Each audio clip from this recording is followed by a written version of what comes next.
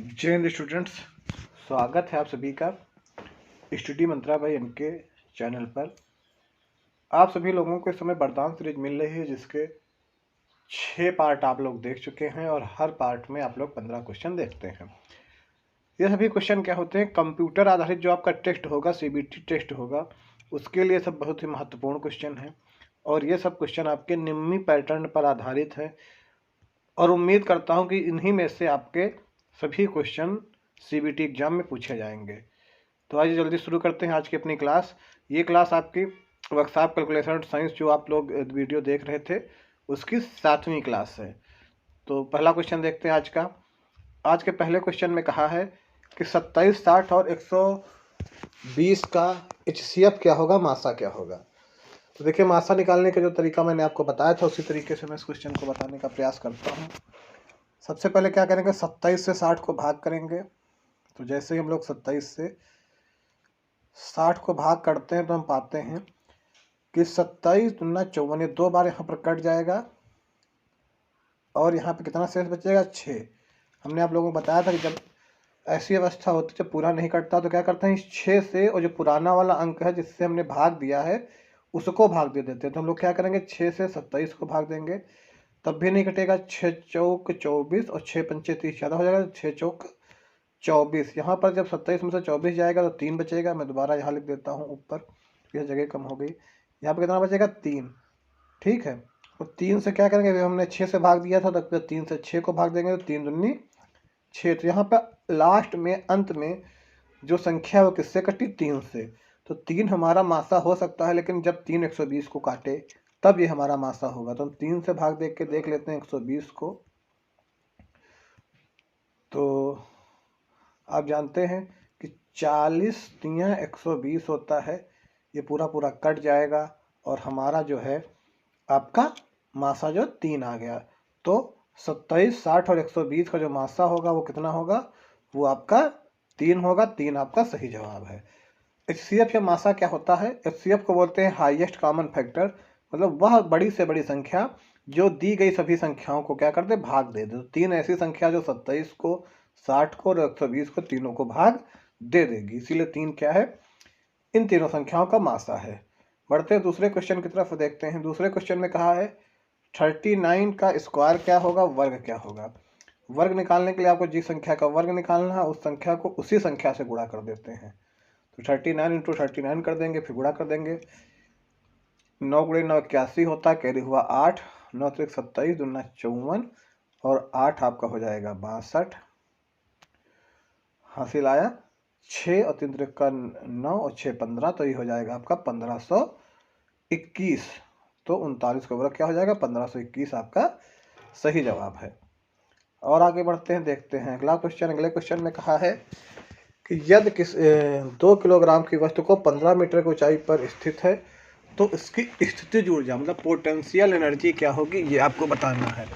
Potential energy के लिए formula क्या होता है, आप सभी लोग जानते हैं कि पोटेंशियल एनर्जी बराबर होता है P बराबर, एक मिनट ये क्वेश्चन आगे बढ़ गया था, दोबारा मैं बताता हूँ आपको। PE पोटेंशियल एनर्जी जो होती है वो होती है mgh। ठीक है, P बराबर क्या हो जाता है, mgh हो जाता है। यहाँ पे सबके मान रख देते हैं। ठीक है, मान कैसे रखेंगे, m का मान कितना है 2 किलोग्राम, g का मान कितना होता है, g का मान आपका 9.81 होता है। ठीक है, और ऊंचाई कितनी है 15। अब 15 से इसको गुणा कर देते हैं तो 15 दूना 30 गुणे 9.81, देखो दशमलव है 2 स्थान पर तो 1 0 यहाँ से हट जाएगा तो हो जाएगा 3 गुणे 98.1। इसका मैं गुणा कर लेता हूँ अलग, तो ये कितना आया है आपका 98.1 गुणे में 3 आया है, 3 × 3 24 यहाँ पर हो जाएगा, 8 × 24 और 9 × 27 और 2 दशमलव, तो लगभग ये 294.3 आएगा। आपका आंसर दिया है 294 किलो जूल, तो यही आपका क्या हो जाएगा, सही जवाब आपका हो जाएगा।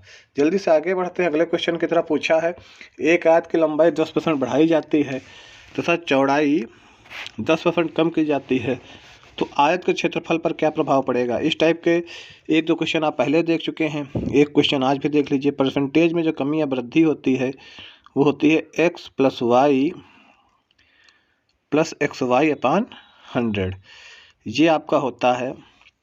तो इसमें क्या करना है, x उसको कहते हैं जो आपकी पहले क्या हुई, वृद्धि हुई तो 10 बढ़ाया, फिर 10 घटाया तो -10, फिर यहाँ पे प्लस लगा के 10 गुणे -10 और बट्टे में क्या करेंगे 100। देखिए इस जीरो से ये कट जाएगा, इस जीरो से ये कट जाएगा, 10 में से 10 क्या जीरो, तो जीरो -1 का मतलब होता है माइनस का 1%। तो माइनस क्या दिखाता है, कमी को दिखाता है। तो इस प्रकार क्षेत्रफल पर क्या प्रभाव पड़ेगा, इस प्रकार क्षेत्रफल पर प्रभाव पड़ेगा कि क्षेत्रफल 1% कम हो जाएगा। बढ़ते हैं 5वें क्वेश्चन की तरफ। पूछा है 40 का 8% क्या होगा, तो 40 गुणे 8/100, एक जीरो से एक जीरो कट जाएगा। 8 गुणे 4 32 होता है, लेकिन नीचे बट्टे में 10 है, तो ये क्या हो जाएगा 3.2 हो जाएगा। तो 40 का कितना आपसे पूछा है 8%, तो हो जाएगा 3.2 किलोग्राम। ये आपका सही जवाब है, सही उत्तर है। आगे बढ़ते हैं। पूछा है x² + 62 बराबर 102, तो x का मान क्या हो सकता है। देखिए x² प्लस का 62 बराबर आपको कह दिया है 102, तो यहाँ पे x², यहाँ पर x के 2 मान होंगे। चलिए फिलहाल देख लेता हूँ। +62 और -102 बराबर 0। अब क्या होगा, अब आपको यहाँ पर फैक्टर करने होंगे। देखिए आपको क्या करना है, द्विघात समीकरण आप में है नहीं, तो मुझे क्वेश्चन कुछ गलत लग रहा है, क्योंकि स्क्वायर भी x पे लिखा नहीं हुआ है, x2 लिखा हुआ है। तो फिलहाल मैं इसको द्विघात समीकरण से ही लगा देता हूँ, क्योंकि इस टाइप का क्वेश्चन पूछा है तो मैं आपको बताने का प्रयास करता हूँ। सॉरी। तो यहाँ पर आपको 62 को ऐसे ब्रेक करना है कि गुणा करने पर 102 आ जाए। तो मैं देखता हूँ, इसको ट्राई करता हूँ एक बार। ये कहीं पर स्क्रीन चली गई है, 1 मिनट में इसको वापस लाता हूँ, ये दिक्कत आती रहती है मोबाइल में। तो देखिए मैं दोबारा से इसको लिख देता हूँ, स्क्रीन वो कहीं गायब हो गई है, डिस्पेयर हो गई है, तो मैं दोबारा से इसको कोशिश करता हूँ। तो देखिए आपको क्वेश्चन दिया है x² + 62। इस क्वेश्चन में हमको, मैं पहले ही बता रहा हूँ, कुछ दिक्कत लग रही है, क्योंकि द्विघात समीकरण फर्स्ट ईयर सिलेबस में है नहीं, तो द्विघात का क्वेश्चन पूछा कैसे है। फिलहाल मैं इसको बता देता हूँ। तो ये देखिए x² इधर 62 का प्लस उधर जाएगा, प्लस का 62 उधर गया, माइनस का हो गया, इसको घटा दिया। तो अगर यहाँ से 102 में से 62 माइनस हो जाएगा, तो देखिए 2 में से 2 गया तो 0 बचा, और आपका 10 में से जाए 40 बचेगा। तो यहाँ पे आपका x² का मान कितना आ गया 40। तो x बराबर आपका हो जाएगा √40, और √40 को आप लिख सकते हो 2 4 2 दूना 4 गुणे 10। देखिए 2 गुणे 2 का आपका पेयर बन गया, तो बाहर आ जाएगा, तो आंसर आ जाएगा 2√10। ठीक है, तो लगभग 2√10 आंसर आ जाएगा। तो यहाँ पर हम लोग क्या करते हैं, √10 का अगर मान हम निकालना चाहें, जो कि लगभग मैं इसको हल करने का प्रयास करता हूँ, लेकिन ये आप में द्विघात समीकरण है नहीं, फिर भी अगर ऐसा क्वेश्चन आ जाएगा तो आप कैसे करोगे। तो 10 का अगर वर्गमूल निकालना है, देखिए 2√10 आया था, तो मैं √10 का मान आपको निकालने का प्रयास करता हूँ। तो ये कितना हो जाएगा 3 3, और यहाँ पर प्लस का 3, तो 3 3 का 9, कितना बचा 1 दशमलव लगाया, तो 2 जीरो बढ़ जाएंगे, यहाँ पे 3 3 6 हो जाएगा, ये एक बार कटेगा। इसमें से कोई ऑप्शन तब भी नहीं मैच करेगा। चलिए लगभग मैं इसको 3.1 मान लेता हूँ। तो 3.1 गुणे 2, तो 2 1 कम 2, और 2 3 6, ये 6.2 आ रहा है। तो फिलहाल इस क्वेश्चन को आप ऐसे हल करोगे, यहाँ पे आंसर 6.2 आएगा। आप लगाना चाहो तो 6 लगा सकते हो, लेकिन मुझे नहीं लग रहा है कि ये क्वेश्चन सही है, क्योंकि द्विघात समीकरण आप में दिया नहीं है। ठीक है, आपके कोर्स में है नहीं, तो इस क्वेश्चन को आप लोग चाहो तो समझ सकते हो, इसमें 6.2 आएगा, और नहीं तो कोई बात नहीं है। मैंने ध्यान भी पहले नहीं दिया था कि ये क्वेश्चन आपका द्विघात का है, और द्विघात समीकरण फर्स्ट ईयर में नहीं है, सेकेंड ईयर में है। तो सेकेंड ईयर वालों के लिए क्वेश्चन महत्वपूर्ण हो सकता है, फिलहाल फर्स्ट ईयर में क्वेश्चन है नहीं। आगे बढ़ते हैं, अगले क्वेश्चन में कहा है कि what is the percentage of copper if the casting weight of copper. देखिए पूरा वेट आपको कितना दिया है, 42.3 दिया है। पूरा वेट कितना दिया है, 42.3 दिया हुआ है। और क्या पूछा है, जिसमें टिन का वजन 2.7 किलोग्राम है, और तांबे का प्रतिशत पूछा है। देखिए इसको कैसे लगाएंगे, 42.3 में से आप 2.7 जो कि टिन की मात्रा है उसको हम लोग क्या करते हैं, घटा देते हैं। देखिए 13 में से 7 आप माइनस करोगे तो देखिए यहाँ से 3 एक कम है, तो इधर से हासिल ले जाएंगे तो 13 हो जाएगा, और 7 6 13 होता है, यहाँ पे 6 बचेगा, दशमलव यहाँ लगा देते हैं।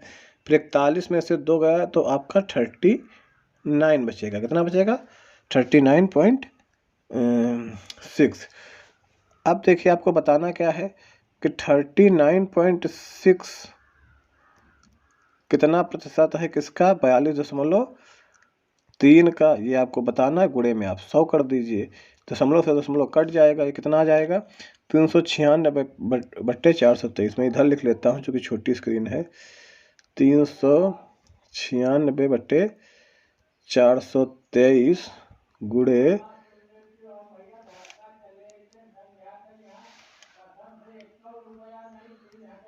तो अब देखिए इसको क्या करते हैं। अब इसको आप लोग हल कर लीजिए, इसको मैं भी तुरंत हल कर लेता हूँ, तो 1 सेकंड का मुझे टाइम चाहिए। तो ये लगभग आपका देखें 93.61 के आसपास आ रहा है, तो ये 94 के काफ़ी ज़्यादा करीब है। तो इसका 94% आपका हो जाएगा। कॉपर का प्रतिशत जो कितना है, 94% है। ठीक है, कैलकुलेशन मैंने थोड़ा सा आपका जल्दी से कर लिया है, तो आप लोग इसको ध्यान रखोगे। कैलकुलेशन में अगर दिक्कत है तो आप लोग खुद से एक रफ कॉपी लेकर या 1 पेज लेकर कैलकुलेशन कर लोगे।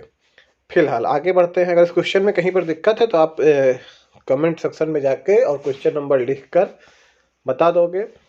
ठीक है, तो मैं उस क्वेश्चन को दोबारा से भी एक्सप्लेन कर दूंगा अगले वीडियो में। आगे पूछा 4 डिग्री सेंटीग्रेड पर पानी किसी पदार्थ के घनत्व और 4 डिग्री सेंटीग्रेड पर पानी के घनत्व के बीच के अनुपात को क्या कहते हैं। तो इसको हम लोग कहते हैं विशिष्ट घनत्व या विशिष्ट गुरुत्व।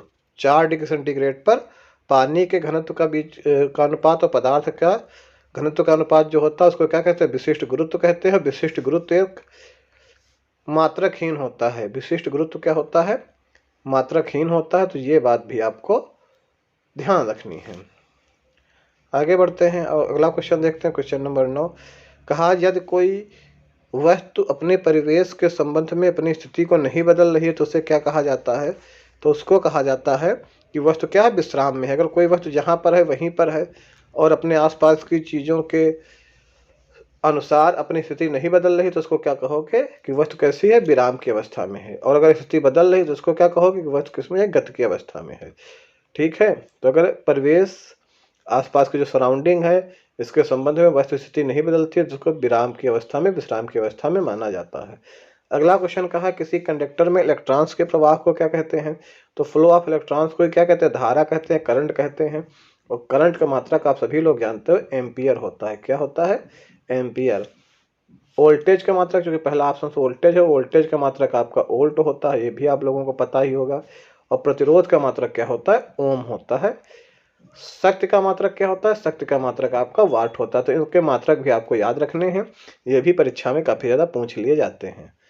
अगला क्वेश्चन है क्वेश्चन नंबर 11, एक इकाई समय में किया गया कार्य क्या होता है। तो एक इकाई समय में किया गया कार्य आपका शक्ति कहलाता है, क्योंकि शक्ति का सूत्र क्या होता है, P बराबर होता है W/T। तो T का मान क्या कर दो, 1 इकाई कर दो। ठीक है, तो शक्ति की परिभाषा बन जाती है कि एक इकाई में किया गया कार्य ही क्या कहलाती है, शक्ति कहलाती है। शक्ति के मात्रक की अगर बात करें तो शक्ति का मात्रक आपका एसआई प्रणाली में वाट होता है। ठीक है, शक्ति का एक मात्रक अगर आप सूत्र से निकालोगे तो कार्य का मात्रक जूल भी होता है और समय का मात्रक सेकंड होता है, तो शक्ति का एक मात्रक जूल पर सेकंड भी हो जाता है। और जूल पर सेकंड को ही क्या कहते हैं, वाट कहते हैं। जूल पर सेकंड को ही वाट कहते हैं। आगे बढ़ते हैं, अगला क्वेश्चन कि एक जूल में कितने अर्घ होते हैं। तो जूल जो है कार्य का मात्रक है एसआई प्रणाली में, जूल किसमें मात्रक है, एमकेएस में, और एसआई में। अर्घ जो है सीजीएस पद्धति में मात्रक है। और दोनों के अगर संबंध की बात करें तो एक जूल में क्या होता है, 10⁻7 अर्घ होते हैं। ठीक है, तो एक जूल में कितना होता है, 10⁻7 अर्घ होते हैं। ये ऑप्शन आपका बिल्कुल सही होगा। ये 107 लिखा है, 107 ना होकर क्या है, इसको आप लोग 10⁻7 समझिए। ठीक है, और आगे बढ़ते हैं। अगला क्वेश्चन है कि उस मटेरियल को क्या कहते हैं जो रेडिएशन, कंडक्शन और कन्वेक्शन द्वारा उष्मा के प्रवाह को प्रतिबंधित करते हैं। देखिए, उष्मा का प्रवाह 3 तरीके से होता है। ठीक है, एक को अगर हिंदी में बात करें तो कहते हैं चालन, संवहन और विकिरण। उष्मा का प्रवाह 3 तरीके से हो सकता है। ये क्या होता है, अगर कोई क्वेश्चन इसके बारे में पूछा जाता है तो वहाँ पे विस्तार से बात करेंगे, लेकिन अभी आप समझिए उष्मा 3 तरीके से चलती है, चालन से, संवहन से, विकिरण से। अब क्या होता है, अगर इन तीनों ही मेथड से, तीनों तरीकों से उष्मा किसी कोई ऐसा पदार्थ है जिसमें उष्मा तीनों तरीकों से भी नहीं फ्लो हो सकती है, तो उसको हम लोग कहते हैं इंसुलेटर, या क्या कह सकते हैं, उष्मा रोधी, या जो उष्मा को रोके। तो ऐसे पदार्थों को हम लोग क्या कहते हैं जिसमें ना ही रेडिएशन से, ना ही कंडक्शन से और ना ही कन्वेक्शन से उष्मा को नहीं प्रवाहित किया जाता है, तो ऐसे पदार्थों को हम लोग कहते हैं इंसुलेटर। क्या कहते हैं, इंसुलेटर। आगे बढ़ते हैं, अगला क्वेश्चन, क्वेश्चन नंबर 14 कहा है कि 20 डिग्री फ़ारेनहाइट का मान डिग्री सेंटीग्रेड में क्या होगा। आप ताप के पैमानों के बीच में संबंध जानते ही होंगे। क्या होता है, देखिए C/100 बराबर होता है F-32/180। ये 0 से 0 काट दीजिए, 5 दूनी 10, 9 दूनी 18। तो ये क्या बन जाएगा, ये बन जाएगा C/5 बराबर F-32 में हो जाएगा 9। ये हो गया। अब आपको 20 डिग्री फ़ारेनहाइट का मान पता है, इसको डिग्री सेंटीग्रेड में बताना है। देखिए यहाँ पर C/5 कर देंगे और F का मान आपको कितना दे रखा है, 20 दे रखा। तो आप लिखोगे 20 - 32/9। इसको हल करते हैं, C/5 हो जाएगा। ठीक है, 20 में से 32 आप घटाओगे तो क्या हो जाएगा, माइनस का 12 आ जाएगा, बट्टे में 9 आ जाएगा। 3 त्रिका 9 होता है, 3 चौक 12 होता है। तो इधर इसको हल करते हैं तो ये हो जाएगा C/5 बराबर 4/3। तो ये गुणा हो जाएगा तो C बराबर हो जाएगा, ये बट्टे में उधर जाएगा गुणे में, 20/3। और 20/3 को क्या ये आ जाएगा 6 त्रिक 18, 2 बचा 0.66 आ जाएगा, 6.66। तो ऐसा कौन सा ऑप्शन है, तो ऐसा ऑप्शन है आपका 6.67, यही आपका सही हो जाएगा। तो 20 डिग्री फ़ारेनहाइट का मान डिग्री सेंटीग्रेड में कितना होगा, 6.67 होगा। और आगे बढ़ते हैं, देखते हैं आज के दिन का 15वां क्वेश्चन, जो कि अंतिम क्वेश्चन भी होगा। कहा है 4 ओम, 6 ओम और 8 ओम के 3 प्रतिरोध समांतर में जुड़े हैं। देखिए, जब प्रतिरोध सीरीज में जुड़े होते हैं तो हम लोग सीधे निकाल लेते हैं R1 + R2 + R3। लेकिन अगर प्रतिरोध समांतर में जुड़े होते हैं तो उनका जो तुल्य प्रतिरोध है, जो इक्विवेलेंट मान है, वो निकालने के लिए सूत्र होता है 1/R बराबर 1/R1 + 1/R2 और + 1/R3। ये उनका सूत्र होता है। ठीक है, तो इसी सूत्र का हम लोग प्रयोग करते हैं, तो हो जाएगा 1/R। अब R1 का मान आपको कितना दिया है, देखिए 4, 6 और 8। देखिए 1/4, 1/6 और 1/8। 4, 6 और 8 का हमको एलसीएम लेना होगा, क्योंकि ये तीनों क्या है, अपान में है। तो देखिए 4, 6 और 8 का एलसीएम आप लोग निकाल लीजिए। कैसे निकालते हैं? एलसीएम निकालना आप लोग जानते हैं, 2 से भाग दोगे, 2 दूना 4, 2 तिया 6, 2 चौके 8, फिर इसको 2 से काटोगे तो 2 एकम 2, 3 कटेगा नहीं, और 2 दूना 4, फिर गुणा करो, 3 दूनी 6, दूनी 12, दूना 24। देखिए 24 आ जाएगा इनका एलसीएम, तो 24 इनका एलसीएम हो जाएगा। फिर हमको हर जगह पर क्या करना, 24 करना है। तो 24 करने के लिए इसको हम लोग किससे गुणा करेंगे, 6 से गुणा करेंगे तो 24 बनेगा, ठीक है। और इसको क्या करेंगे, 4 से गुणा करेंगे तो 24 बनेगा, इसको 3 से गुणा करेंगे तो बन जाएगा 1/r बराबर 6 + 4 और +3 ऊपर हो जाएगा, और नीचे क्या आ जाएगा, 24 ही आ जाएगा। तो ऊपर कितना होगा, 6 4 10 3 13, तो हो जाएगा 1/r बराबर 13/24। हमको निकालना है r का मान, तो r बराबर हो जाएगा 24/13, और यही हमारा ऑप्शन दिया हुआ है, ऑप्शन नंबर सी। तो 24/13 क्या हो जाएगा, तीनों समांतर में लगे प्रतिरोधों का तुल्य प्रतिरोध हो जाएगा। उम्मीद कर रहा हूं कि आप लोगों को आज के 15 क्वेश्चन समझ में आए हैं। अगर क्वेश्चन समझ में नहीं आए हैं, कहीं पे कोई दिक्कत है, तो आप कमेंट सेक्शन में जाकर क्वेश्चन नंबर लिखकर लिख दीजिए कि इस क्वेश्चन नंबर में मुझे दिक्कत है, मैं तुरंत उसको दूर करने का प्रयास करूंगा। आप लोग हमारे चैनल के कम्युनिटी सेक्शन में जाकर भी पर डे क्वेश्चन का आंसर, पर डे नहीं सॉरी, हर हफ्ते क्वेश्चन का आंसर दे सकते हैं। मिलते हैं हम लोग अपने अगले पार्ट में, जो कि इम्पॉर्टेंट क्वेश्चंस का पार्ट 8 होगा। अगर आपका वीडियो को लेकर कोई सजेशन है तो अपना सजेशन हमें कमेंट बॉक्स में बता सकते हैं।